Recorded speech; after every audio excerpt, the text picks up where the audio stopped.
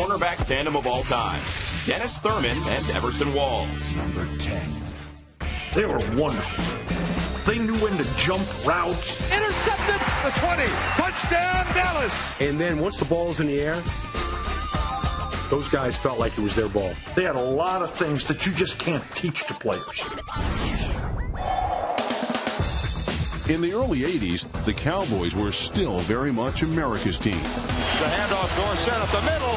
Here he goes. And though lost among the stars of Dallas, our 10th-ranked tandem of number 24, Everson Walls, and number 32, Dennis Thurman, will top at least one list. They will be the most unlikely pair to be on that list. Both of them weren't supposed to be in the league. Everson was undrafted, and Dennis, bless his soul, 11th round draft choice. I mean, we don't have an 11th round anymore. One of those great stories in the NFL about a guy who slipped through the cracks of the draft. That's why, yes, it's great to go to the combine. He may go. When a game starts, can you make a play? Dennis was the older guy, and Everson and Mike Downs, a bunch of them were young guys, and they called them Thurman's Thieves. Intercepted. Picked off by the Cowboys. Our 10th-ranked tandem was at its best in 1981, combining for 20 interceptions. Thurman helped all of them. Really knew the ins and outs of how to play the position. Dennis was pretty straightforward, but I thought Ev played the position with a natural fluidity.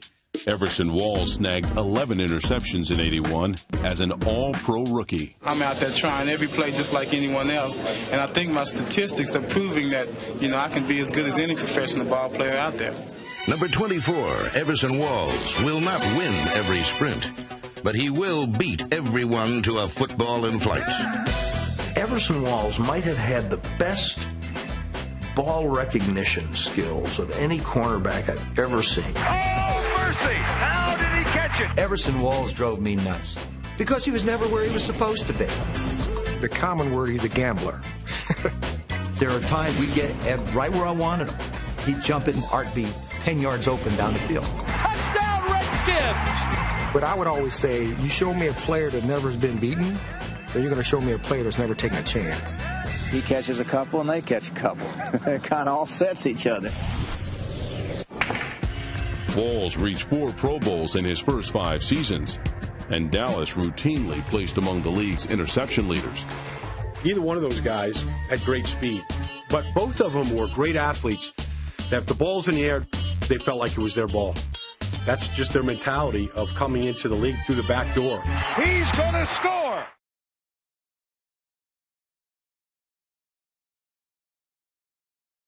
Nine cornerback tandem of all time, Albert Lewis and Kevin Ross.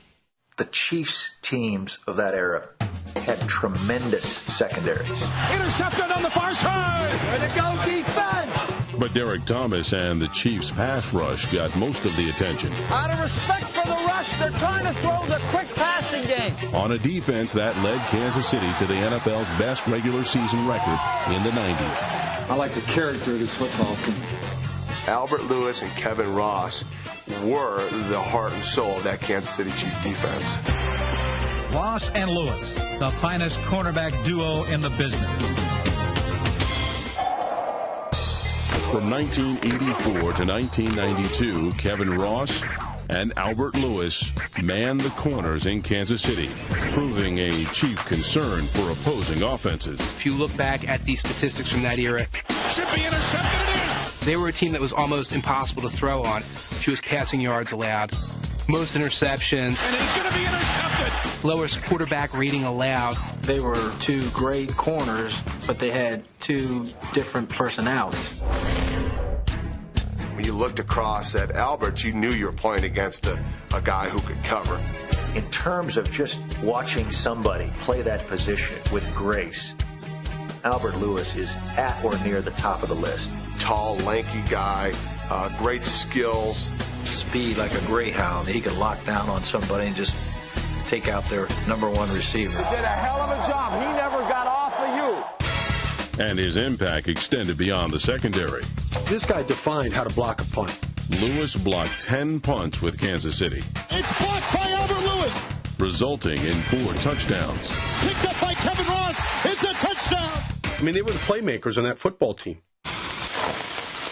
Kevin Ross was the opposite of Lewis. He was cornerback as a punch in the face. Cornerback as a sense of physical harassment. Rock, yeah, you got it all. The bullets and the other, you got it all. He fires a pass to the near side, and it's intercepted. Kevin was 5'7" or 8. They said, you know what, we could take advantage of this guy. And probably about the middle of the first quarter, they realized that they underestimated Kevin Ross. It's intercepted. By the end of the game, you wanted to get off the field, get in the airplane, and never see him again. Our ninth-ranked duo combined for 6 Pro Bowls, appearing together in both 1989 and 1990. When he makes his break to go on a dig, if it's deep, I can read him. It is intercepted and up the left sideline. Lewis and Ross, they were the epitome of what those Chiefs defenses were. And because they were such great athletes and because they knew your offense probably as well as your wide receivers did, you were always worried that they were going to make the big pick on you.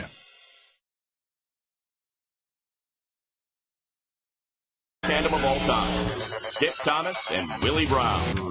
Not high enough. 2 terrific cover, matchup cornerbacks. Overrated Raiders from the overrated Raider quasi-dynasty. The Raiders long ago earned a reputation for uniqueness. For number 26, Skip Thomas, it came in the form of a nickname. Dr. Death? Dr. Death. Dr. Death. Oh, Dr. Death? Yeah.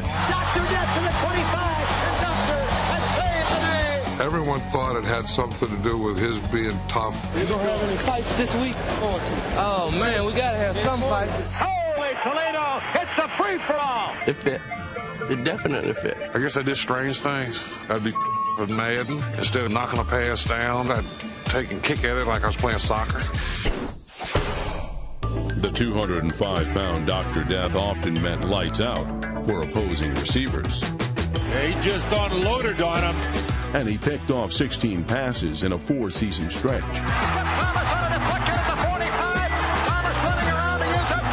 Nobody could get open. He shut you down. But was Thomas truly a great cornerback or merely a product of the familiar Raiders propaganda machine? Skip Thomas doesn't even register. To me, he was average at best. He was Dr. Death on the football field. He was death on receivers. I thought that he was overrated. Bob Avellini spotted James Scott behind Skip Thomas for the remaining 36 yards.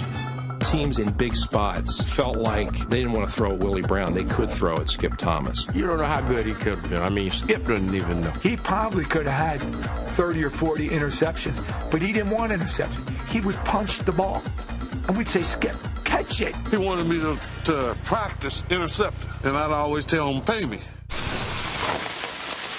A former college linebacker, Thomas's partner Willie Brown was more than unique. Number 24 was a trailblazer. Before becoming a Raider, Brown invented bump and run coverage in Houston and Denver. He couldn't get off the line. So the coaches said, boy, you may have some here. From that point on, everybody in the league, even coaches of other teams, try to send their players to me, teach them how to play bump and run. Willie was a big, intimidating corner and liked to jam guys and could run with guys. Willie Brown, as good as it gets.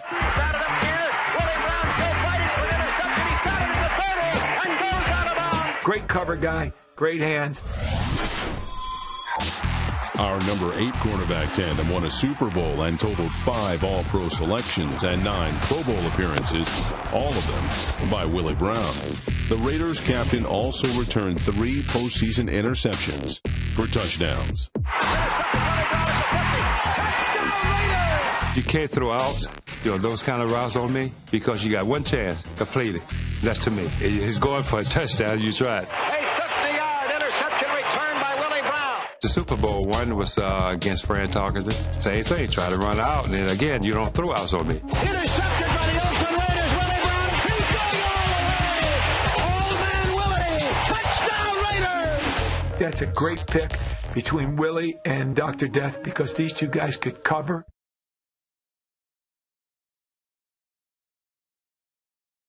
Seventh quarterback tandem of all time, Deion Sanders and anyone?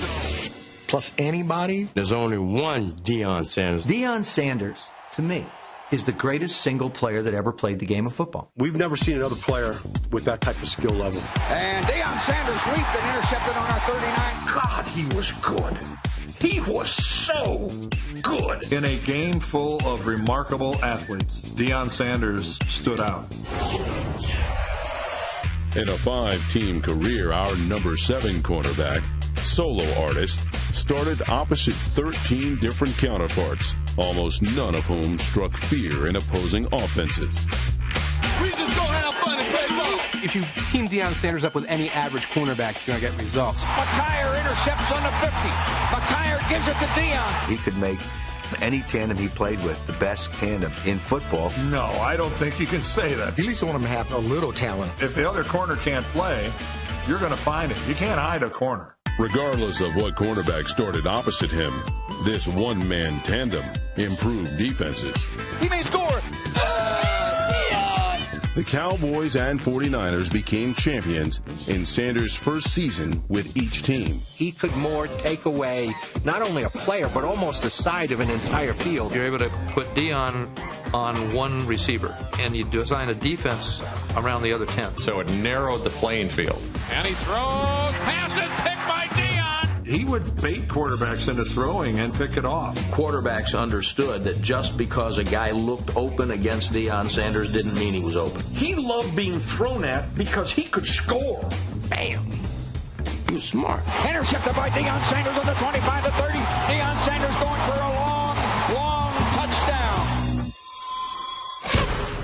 Deion was never a great tackle. Let's get that out of the way. Deion would lay more tackles than anybody on the football field. Deion made what he called business decisions. And for Deion, a business decision was, I'm not throwing my body in there. There were a few times when he was in various uniforms that I saw him tackle. Deion Sanders blindsided him. Are you looking for Deion to come up and throw him in the ground? No, he did what he had to do in order to be one of the great cornerbacks. The man known as Primetime was named an All-Pro 6 times, played in 8 Pro Bowls, and was the 1994 Defensive Player of the Year. Another classic by Deion. Deion Sanders deserves whatever he gets when it comes to accolades as being one of the all-time great cornerbacks. He changed the vocabulary. No one talked about shutdown corners before Deion Sanders. Over the middle, Jerry Rice, intercepted by Deion Sanders. The idea that there's another shutdown corner the way Deion was is ridiculous. There's no such thing. There never was and never will be another Deion Sanders. Deion, and anybody else. I'd put it out there, yes. He's the best,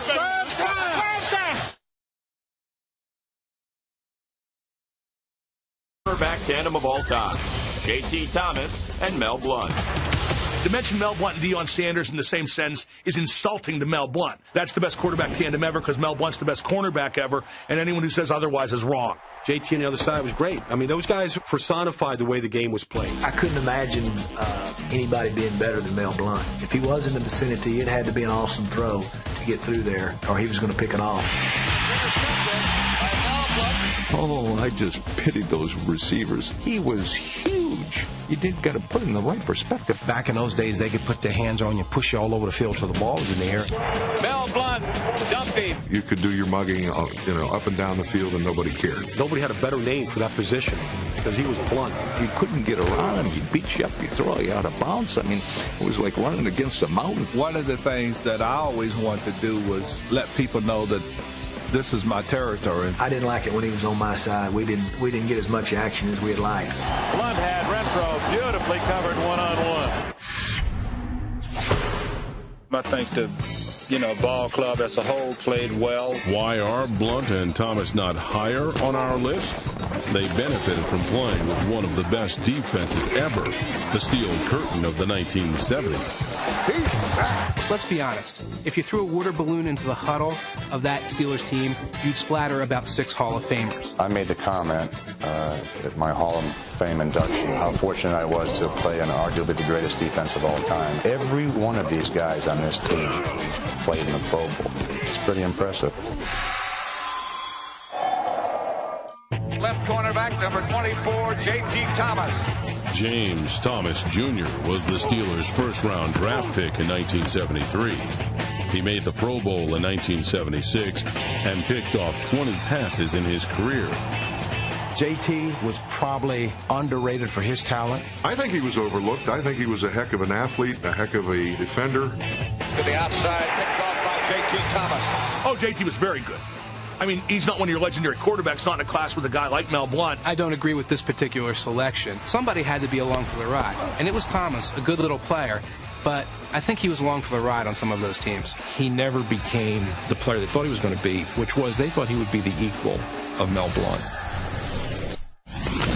Due in large part to Mel Blount's physical domination, in 1978 the NFL modified its stance on permissible contact with receivers. Every year the National Football League comes up with some rules changes.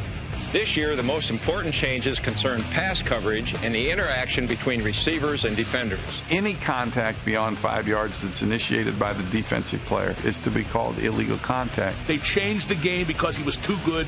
Guys couldn't even get off the line against him. That'll be a penalty on Mel Blount. I'm honored that they thought enough of the way I played the game that they would change the rule and call it the Mel Blount rule. Mel would find a way today. Would he be as effective now as then?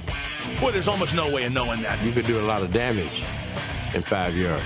Mel Blount would be a Hall of Famer. I don't care where he played and when he played. Bryant's trying to knocked down by Mel Blount. Blount finished with a Steelers record 57 interceptions.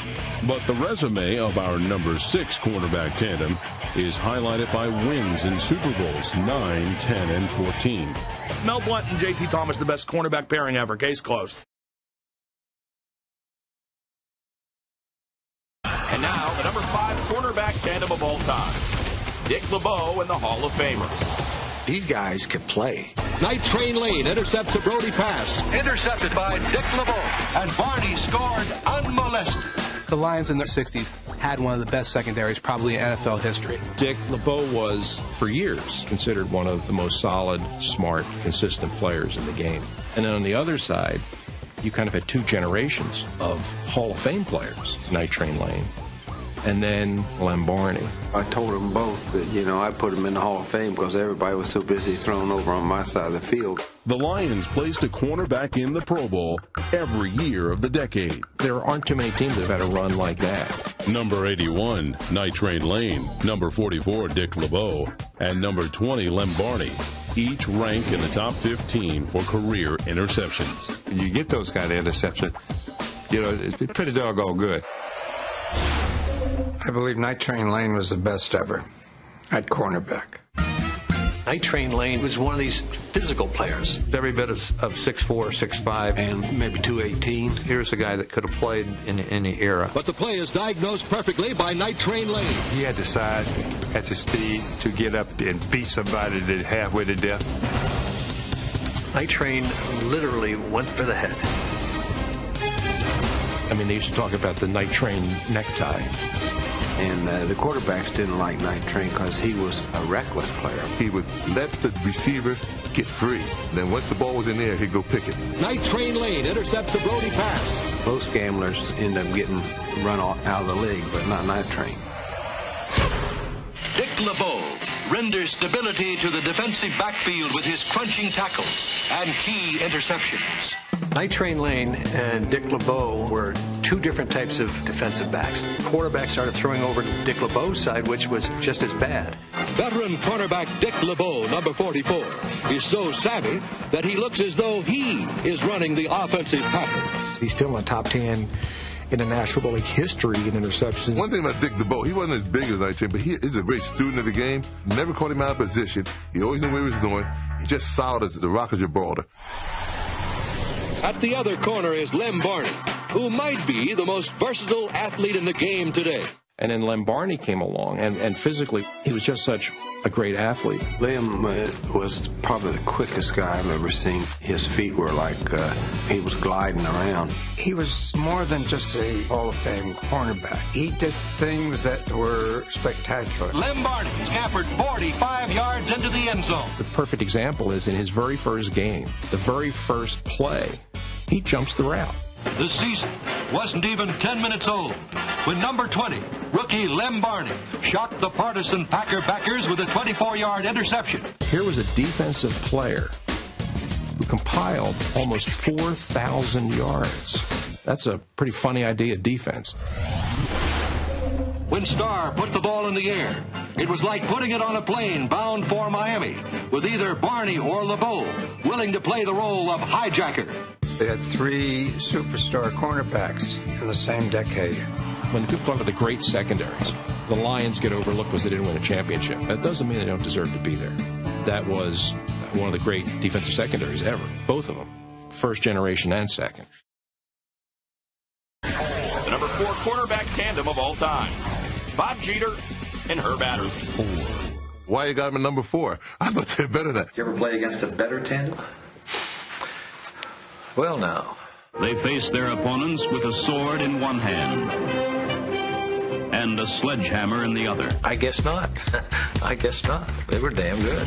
Kicked off beautifully by Jeter of the Green Bay Packers. Number 21, Bob Jeter, and number 26, Herb Adderley, patrolled the secondary for the great Packers teams of the 1960s. Beautiful save by Adderley. This unlikely defensive pairing came together thanks to the most famous face of that era. This is Vince Lombardi, coach of the finest football team in the world. Herb was a great offensive running back at Michigan State.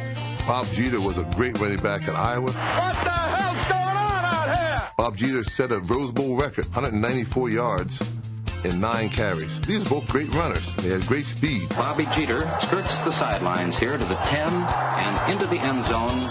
But the Packers already had future Hall of Fame ball carriers Paul Hornig and Jim Taylor.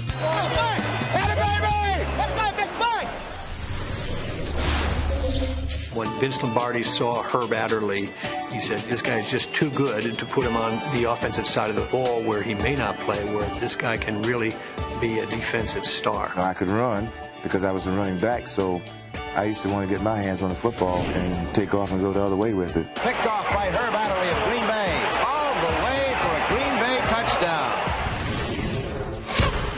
Bob Jeter and Herb Adderley had something you won't see today. They're both over 6 foot. They're both over 200 pounds, and they both would hit you. And now the hitting begins. As a running back, I took a heck of a beating, and I figured, well, now I got a chance to dish it out. I'm going to dish a little bit out. Some of those ferocious tackles I saw about Herb Adderley. And a crushing tackle. When it comes to stealing enemy passes, here's the man they can't forget. All-Pro Herb Adderley. For about 4 years, they would always say I was the second best corner in the league, and Herb Adderley was always the guy who was number 1. He had the unique distinction in 1965. He did not have a touchdown pass thrown on him the whole season. He won the whole season with no touchdown passes. On January 14th, 1968, the Oakland Raiders met the Green Bay Packers in Miami's famous Orange Bowl to determine the world champion of professional football. They had been told not to throw to the right side. Fourth quarter, he said, what the heck, I might as well take a shot. And he threw it over there, and Herb picked it and ran it back. A 70-yard interception returned by Herb Adderley. That was the first defensive touchdown in Super Bowl history. Our number 4 cornerback tandem finished with a total of 5 All-Pro designations, 7 Pro Bowls, and 3 championships. They were 2 great quarterbacks.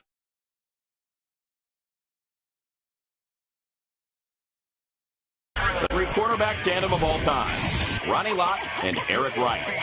Those 2 guys helped put the 49ers on the map. Ronnie Lott, intercept. In NFL history, by far, that was the best secondary ever to play the game. 21 and 42 are 2 numbers that Niner fans will never forget. That's because Eric Wright and Ronnie Lott saved San Francisco from its own secondary. Wow. Jeez. The 49ers had just disintegrated, and that personified itself with our defensive secondary. Our defensive backs couldn't be found on the tapes. In 1981, Bill Walsh added our number 3 cornerback tandem with back-to-back draft picks. In 1981, they were thrown into fire pretty quickly. When Ronnie Lott and those guys started playing, we all stood up and watched them play. Ronnie Lott was the best defensive back I've ever seen. Because Ronnie was so highly touted, I don't think people went after him. Eric got all the attention.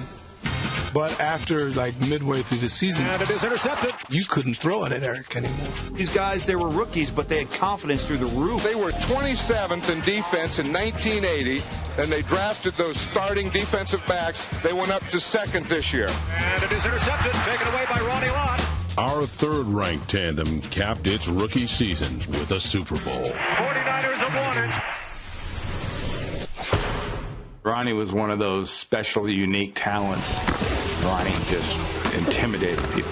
When we take the damn field, it's not our brotherhood that's going to do it for us. Let's hit him like we always do. We're a machine, and we just knock the hell out of people. Practically raised that Ronnie Lott. Ronnie Lott, that man. What a man. That is martial arts, black belt. I'm looking to hurt people on this football field kind of intimidation. Eric was on the other side. Eric was very athletic, very, very fast. Eric was a pure corner.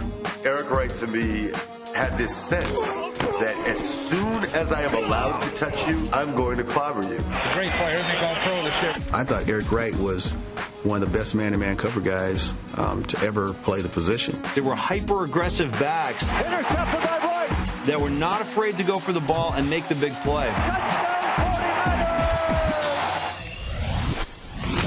I think if Eric Wright and Ronnie Lott were sitting around, they would have to admit, why did the Niners offense get so much love?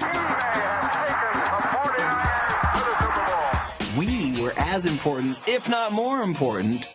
It was Eric Wright who preserved Frisco's NFC Championship win in '81. Yes, there was a catch, but Eric Wright made the most awesome play in the Dallas Cowboy game. History could have definitely been different. And our number 3 duo helped deliver the Niners their second title as well. Marino fires to the goal line, and it is intercepted. Picked on by Eric Wright. Look at the 1984 Super Bowl against the great Dan Marino. And the 49ers have won the Super Bowl. It's anchored in that secondary. Wright and Lott. What made that secondary so great? Ronnie Lott, intercept. Is because you couldn't just pick on one guy. Picked off by Eric Wright. I don't know where those two guys, Lott and Wright, are on your list, but I think that's probably as good as it gets.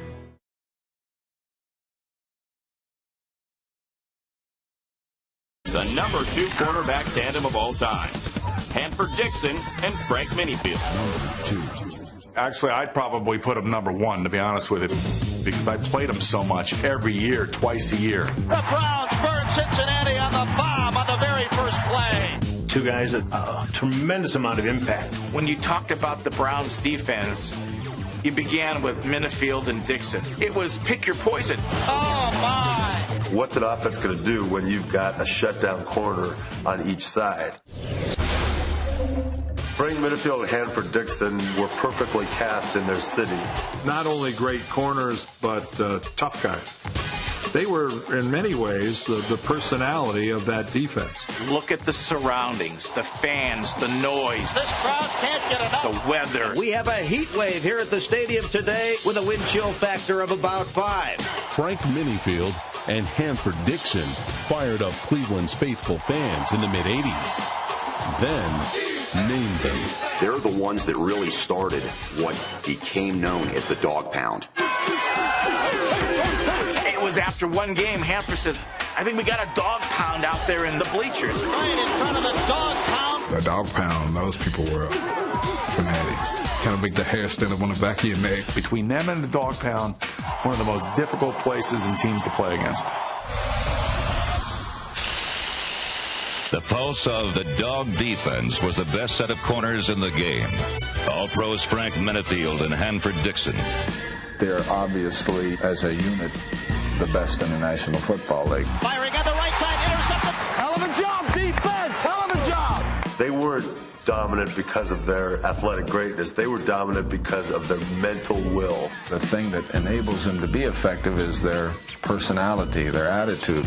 There's no doubt about it that the Cleveland Browns possess the two best cover guys in the game. We are complete corners. We hit, we run, we tackle, we can do it all. These guys were man-to-man. They dogged receivers. They were in-your-face cornerbacks. These two guys would push the contact rules to the absolute limit. And I remember, Sam Weiss just screaming at the wide receivers in practice. No, you're not going to play that! They're going to eat you up. Oh, no! They're going to take you down. And if they were playing today, they wouldn't be playing because it would be a flag on every play. That's a hell of a job by our defense again.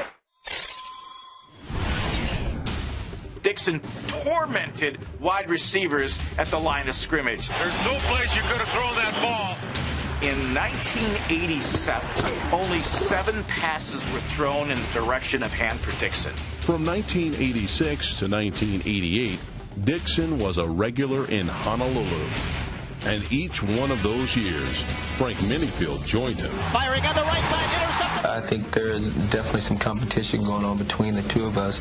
I think that I'm a pretty good cornerback, and Frank thinks he's the best thing since Superman. Minifield also thought in the third person. I think that Frank Minifield has the ability to think that he is never in a situation where he's not going to win. Hell of a job, Minnie! You would have had to see them play every week of the season to know how good they were. They are the only tandem in NFL history to attend 3 Pro Bowls together. That's how good they were, and they were the center of the Browns' defense. So why are Dixon and Minifield only number 2? 2 words: the drive. And the Broncos are 98 yards away from where they need to go. If you don't win it all, you're a failure. They came up short in the playoffs. Maybe their legacy isn't what it should be. Here's the problem with the drive. Marty decided we're only going to rush 3 guys against John Elway. Even the best cornerbacks in the world was wide open in that soft middle. Can't cover a wide receiver forever. Fires over the middle, touchdown. And that's what happened in the drive. They were 2 of the best covered cornerbacks in the history of the National Football League. Intercepted. Frank Minifield. Thinking about cornerback tandems, I would put them right at the top. And now the #1 cornerback tandem of all time, Lester Hayes and Mike Haynes. Mike and Lester Hayes, they were the guys. I don't see any 2 corners that ever played together could match those 2. And intercepted. Sets up, delivers one to Sweeney, interception. Hayes, 18-yard line, 15, 10, 5. Touchdown Raiders! Fearless quarterbacks. Before becoming the best tandem of all time, Hayes and Haynes were great individual cornerbacks. Hayes began his career learning from Raider legend Willie Brown. It didn't take long for the man called the Judge to establish his own brand of cornerback justice. One of the best cornerbacks at intimidating. He surely was intimidating. Lester Hayes, number 37, was lethal. He was a linebacker in college, so he's a little stronger, a lot bigger than me. Delivers a pop, not many people can. We all know what Lester's like. Lester liked to hit things. Lester was a more physical guy. He'd try to beat you up on the line. He really did go after people. Lester Hayes had a year in 1980 that was arguably the greatest year a corner has ever had. As a cover man and also as a tackler, he was just phenomenal. He just took the game over. When it came to covering, no one did it better. Hayes was the NFL's Defense Player of the Year, leading the league with 13 interceptions. Down to the 20, the 10, into the end zone. He added another 5 in the playoffs, helping Oakland to Super Bowl 15. Super Sunday, what a day. I can't believe it. It's like a dream come true. It's unbelievable. Hayes' early success came with scrutiny for artificially improving his hands. Stick 'em, baby. He had that stick 'em everywhere on his body. All of his feet, all of his hands, and all of his arm, his jersey, everywhere. We always used to tell Lester, don't touch us. We don't want you to touch us. That's how he got all those interceptions. Way up the field toward Hill. Intercepted. He caught half of them just by the stick 'em catching that ball before his hands ever did. Unfortunately, as the story goes, we had the stick 'em outlaws several years later, and that's because Lester abused the system. Like all #1 picks, Haynes blitzed into the NFL with salvos of publicity, which hyped him into instant superstardom. Hall of Famer Mike Haynes spent his first 7 seasons with the Patriots, making 6 Pro Bowls.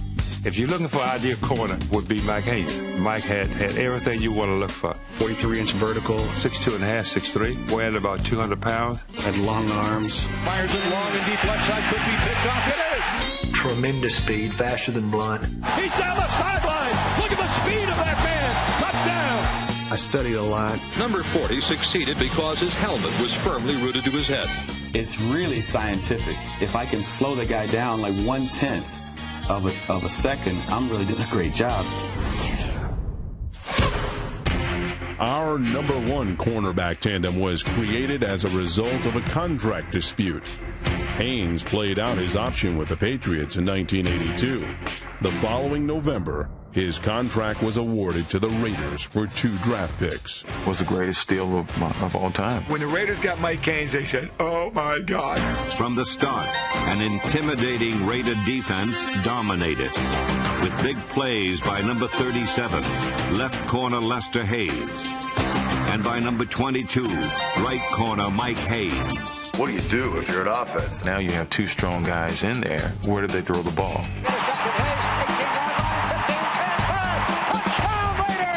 Let them do whatever they want to do. Teams cannot throw the ball on us. You can forget about anybody throwing on you.